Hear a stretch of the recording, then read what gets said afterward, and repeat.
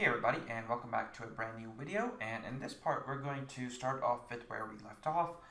In the last video we had decided on how we are going to pick the new zombie, and whenever we will call this function, that will essentially pick a new zombie for us, and it will update the start position and it will update the active zombie index. And now we want to start using some of that information and actually start making these zombies move. Now, since this movement is going to be happening in every frame, we will naturally take care of this stuff in our update function, okay? So essentially we will be checking, hey, is one of our, is rising, is falling variables, true? And if it is, then maybe we can do something about it. So the way we're going to make this happen is every time, every single frame, since the update variable, the update function will run, we will essentially check for these variables. So what we can do is we can come in here and we can use an if statement and check, hey, if is rising, right? And we can say, hey, if the variable is rising is true, then we will do our logic here. That means we need to take care of the logic for the zombie moving up goes in here. So zombie moving up logic goes in here, okay? Else if, right? So else if it is falling. So if is falling is true, okay? That means all the logic while the zombie is going down goes in here. So essentially all of our falling logic or going down logic will be here. I'm going to go ahead and just hit enter here, okay? And lastly, what I'll do is in a situation where neither of these variables, so it's not rising, it's not falling, then what do we need to do? So that is what's going to happen. So anything else happens in here. Okay, so these are just essentially our if statements, and they will be looking at these variables and then deciding what we need to do. Okay, so now we've got some sort of a structure as to what we're trying to do. Well, when is rising is true, we want to start increasing the Y transform of our zombie. Okay, so let's say if this zombie here is our selected zombie, then if is rising is true, then we need to start increasing the Y value. We need to start increasing the Y value of this guy, okay? And what I noticed was that if I increase the Y value by, let's say, 3 units, that's how much, roughly, I thought, that it takes him to come all the way like so, okay? And we can tweak this later on, okay? So I'm going to go ahead and move this down, and we'll talk about, how we're going to do this. So, okay, so now that we have a general structure for what we're trying to do, let's look at how exactly we're going to do this. Now, in order to do this, what I'm going to do is I'm going to first of all go ahead and just for the sake of, so that we can see what's happening, I'm going to go ahead and make these public for a second, okay? And they're fine. You can leave them as public as well.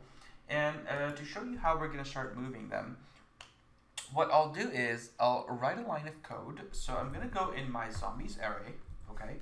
And I'm going to say active zombie index, okay? So this right here is going to find me the zombie that is currently active, okay? And I will do a dot transform. So this is going to get me the transform of that active zombie. And then I will use a function called translate, okay? So if you hover over here, it will give you a tooltip which will explain it moves the transform in the direction and distance of the translation. So essentially you should already have an idea. We kind of talked about this. We're going to be moving the Y position of the transform, and that is why we're using the translate function, okay? And we'll see this in action really shortly, okay? So I'm going to go ahead and close this off, and now we need to essentially put a direction as well, and then we'll see it actually move. Now, in order to make it move, what I'm going to currently do is I'm going to do vector2 dot up times time dot delta time, and don't worry, I will explain this to you, and I will use a variable called rise speed, okay?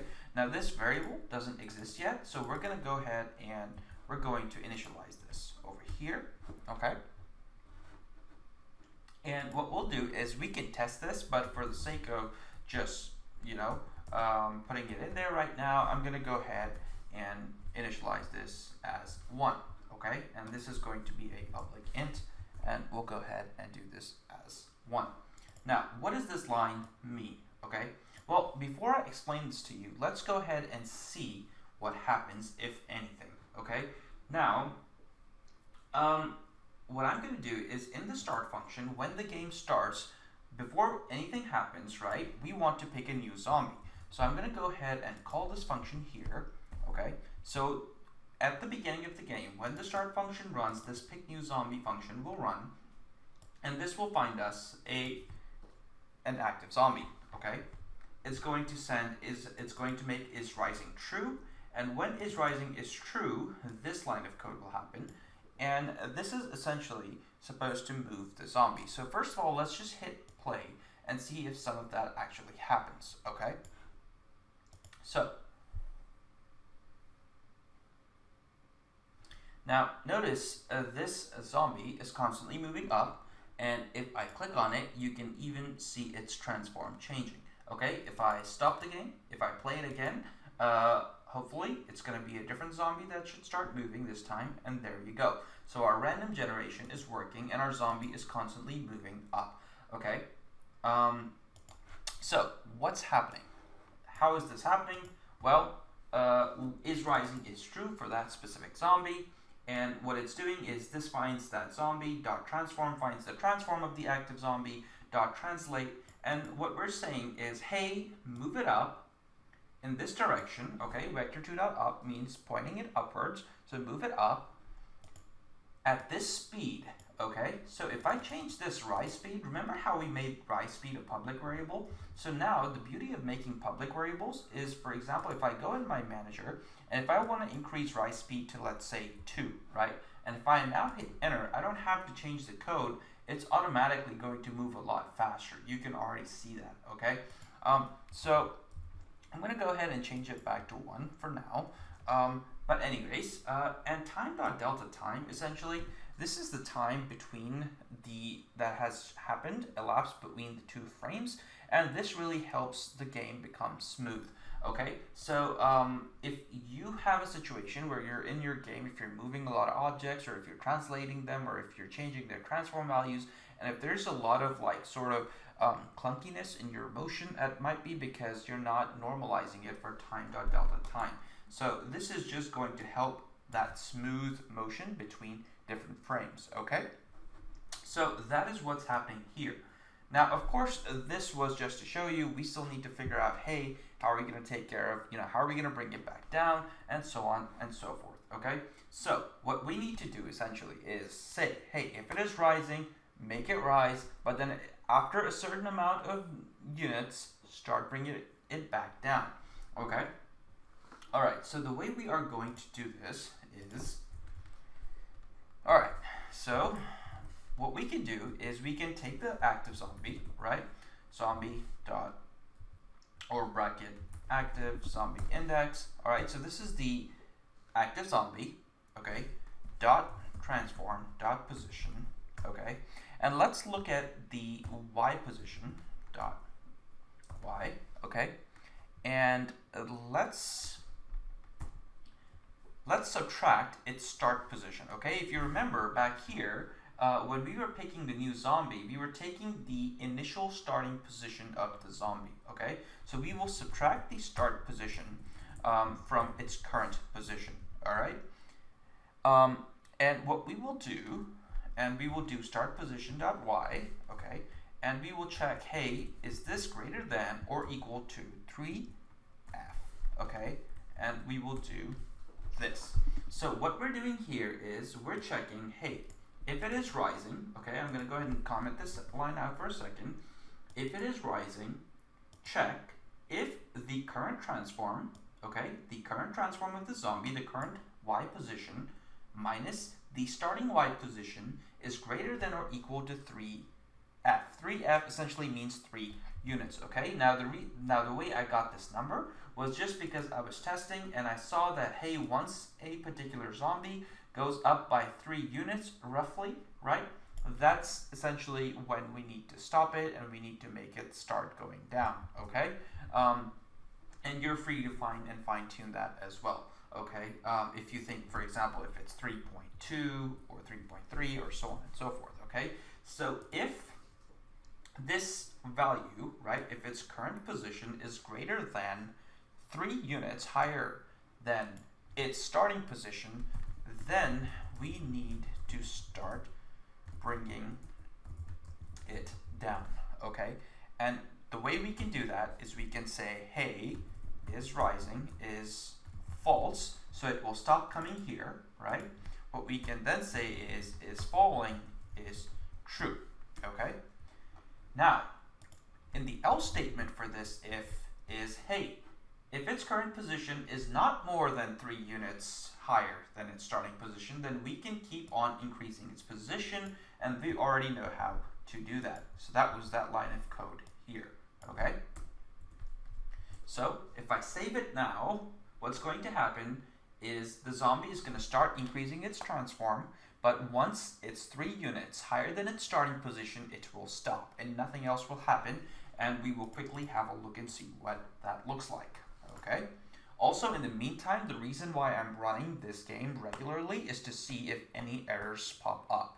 Okay, look at that. So that is exactly what we wanted. It's increased 3 units up, and you know, it's kind of floating in the air, but that's just because of that number. We can tweak that number, and we can tweak the positions of our starting zombies. Okay, so for example, if you feel like, hey, this particular zombie is maybe too close, or if all of them are a little bit too close, you know, you can just kind of fine tweak that and move them down. And just for good measure, we can hit play, and we can see if this looks a little bit better. And sure enough, this seems to be working. Now that it's at the highest position, we need to say, hey, at this point, is rising is false, and is falling is true. So the rest of the logic needs to go in is falling, okay? And we already have that set up here. Okay, so now that we've taken care of the rising part, we need to take care of the time when it's falling. And it's going to be very similar to what we did before, okay? So what we can do is we can find out our current zombie, okay? So I'm going to go ahead and just find the transform.y position of our current zombie, okay? And what I'm going to do is I'm going to, from its current position, I'm going to subtract the start position dot y, and I'll check if it is less than or equal to 0f. Then in this case, we know that the zombie is either, you know, it's either at its starting position or it's below its starting position, okay? And let me explain. Okay, so we are finding the current position of the zombie, and we will subtract from it its starting position, and if that value is a 0, right, because if they're at the same point, that means that value should be 0, or if the zombie has gone below its starting point, then that value will be negative. So if that value is less than or equal to 0f, then we need to stop making it fall. But if that is not the case, what we need to do is we need to make it fall, okay? So it might be a little bit confusing, but I think this will make sense once we go over this, okay? So I went ahead and I copied this line, and in this case, all we have to do is instead of making it go up, we can just make it go down. The rise speed is the same, and everything pretty much stays the same, okay? So what we're saying is when is falling becomes true, it comes here, okay? And if is falling is true, it will check, hey, is the difference between the two positions 0? If it's not, and it will not be in the beginning, then it will go in the else. And in this else statement, it will start decreasing the value of the y position. So the zombie will start going down slowly. Once the zombie is at the same position as its initial position or below that position, we need to make it stop. So we can do that, and we can say, hey, is falling is false, okay? Is rising was false, but we'll keep it false still, okay? And now we know that, okay, hey, we're good to go. So let's really quickly switch over and see what that looks like, and hopefully everything works out well. I'm going to give Unity a second to load and hit play. And let's see what happens. Alright, this dude is going up, stop, going down, stop. Okay. And notice how he went down a little bit more than essentially what his initial position was. So to prevent that from happening, okay, we're going to go ahead and when he stops, right? When he stops, we need to bump him back to his start position, okay? So when is rising is false, so and is falling is false, then we come over here. So everything else that needs to happen goes here. So what I'm going to do is, just so that our zombies don't get all wonky and their starting positions get messed up, what I'm going to do is I'm going to go and find the active zombie, okay? Active zombie index dot transform. And what I'm going to do is I'm going to tell its position to be the starting position, okay? So starting position, what was it, where to go? Starting position. Okay, so in the else statement, what I said here was simply that, hey, if it's not rising, if it's not falling, then just snap it to the starting position that we already knew that it started at. And now, since it's not rising, it's not falling, here's what we can do. We can call this pick new zombie function all over again, okay? So I'm going to go ahead and call this function here, okay? So if we did everything correctly, in the else statement here, it should come here, it should pick a new zombie, and then it should go and do this whole cycle again, okay? So let's jump over and quickly make sure and see if that is working like we expect it to. And let's give Unity a moment. All right, so it's rising, and now it's falling, and it's picking a new one, and it's rising, and it's falling, and it's picking a new one, okay? So this seems to be working as we had anticipated. We can go ahead and we can increase their rise speeds up a little bit just to see if everything is working all right. And it seems like everything is going okay here.